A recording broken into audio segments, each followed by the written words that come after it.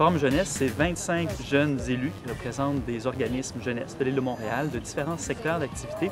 Et on a décidé, les 25 ensemble, d'identifier comme enjeu prioritaire pour la jeunesse le verdissement de l'île de Montréal. Donc, en choisissant cet enjeu, on a créé une table de partenaires pour regrouper différentes organisations qui s'intéressent à cet enjeu du verdissement et ainsi développer différents projets qui vont faire en sorte que les jeunes vont s'intéresser davantage à la biodiversité et à l'environnement sur le territoire de l'île de Montréal.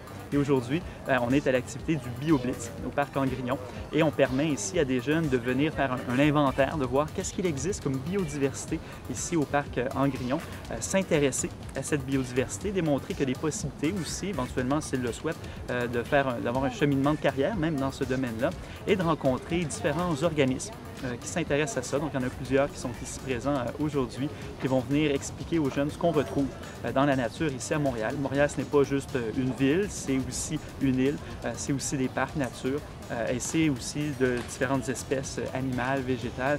Et c'est vraiment ça le but aujourd'hui, c'est vraiment sensibiliser les jeunes et les intéresser à ce qu'ils puissent eux aussi prendre action concrètement afin de préserver cette biodiversité.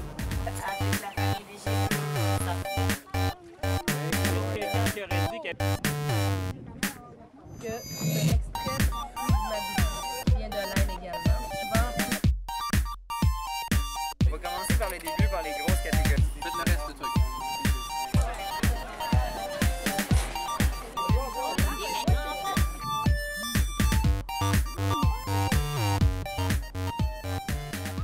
Il y a une diversité énorme, n'est-ce pas, Ève, de créatures qu'on peut retrouver autour d'ici. Exactement. Puis nous, la façon qu'on découvre ces espèces fauniques-là et floristiques-là, c'est avec différents groupes spécialistes.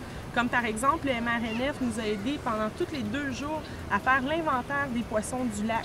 Donc, ils étaient là avec tout leur équipement professionnel pour faire l'inventaire. Et nous, dans le fond, ce qu'on faisait, c'est qu'on leur offrait des naturalistes qui les aidaient pour sensibiliser les gens sur les poissons qui étaient récoltés. Souvent, les gens s'imaginent qu'est-ce que vient faire le ministère des Ressources naturelles dans les villes.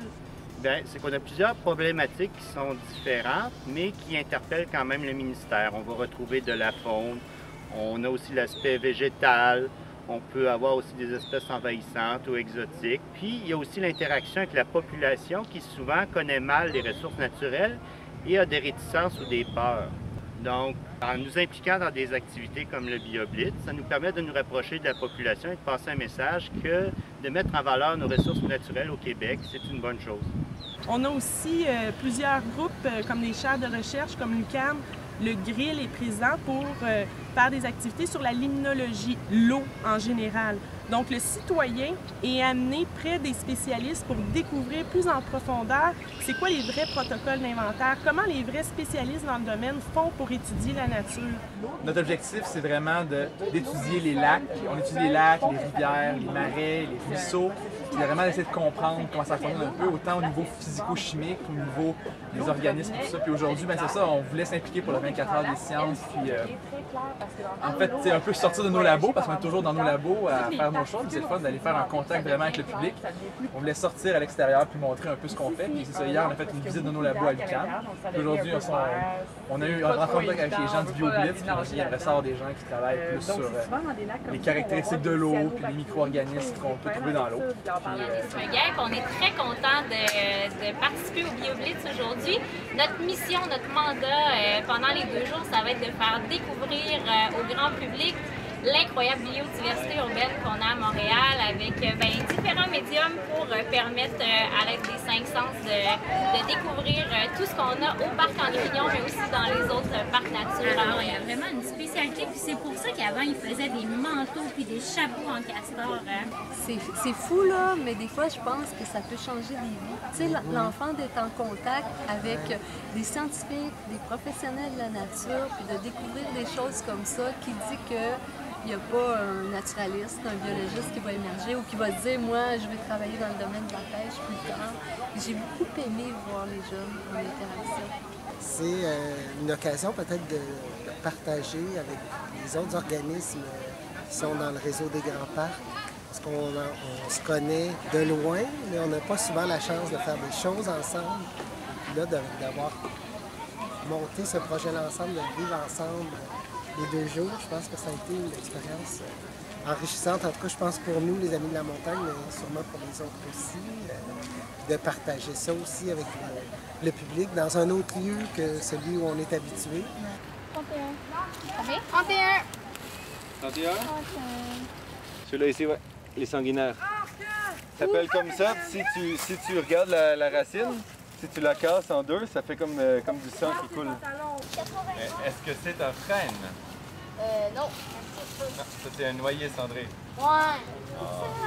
Nous, on travaille depuis un certain temps sur les biotrousses, donc c'est essayer de faire comprendre aux gens, sensibiliser les gens à l'éducation, à la biodiversité en milieu urbain. Puis on trouvait qu'un bioblitz avec nos biotrousses, ça se mariait très bien dans un beau parc de Montréal, donc c'était tout à fait dans notre mandat de s'impliquer. Le contact avec la nature, c'est quelque chose qui nous préoccupe beaucoup. On aimerait inciter les familles le plus possible dans le fond, de sortir dehors puis explorer la nature qui les entoure, en ville comme en campagne. Donc, pour nous d'être ici puis de vraiment voir les familles utiliser les biotrousses puis l'étincelle dans les yeux des jeunes, c'est quelque chose de formidable.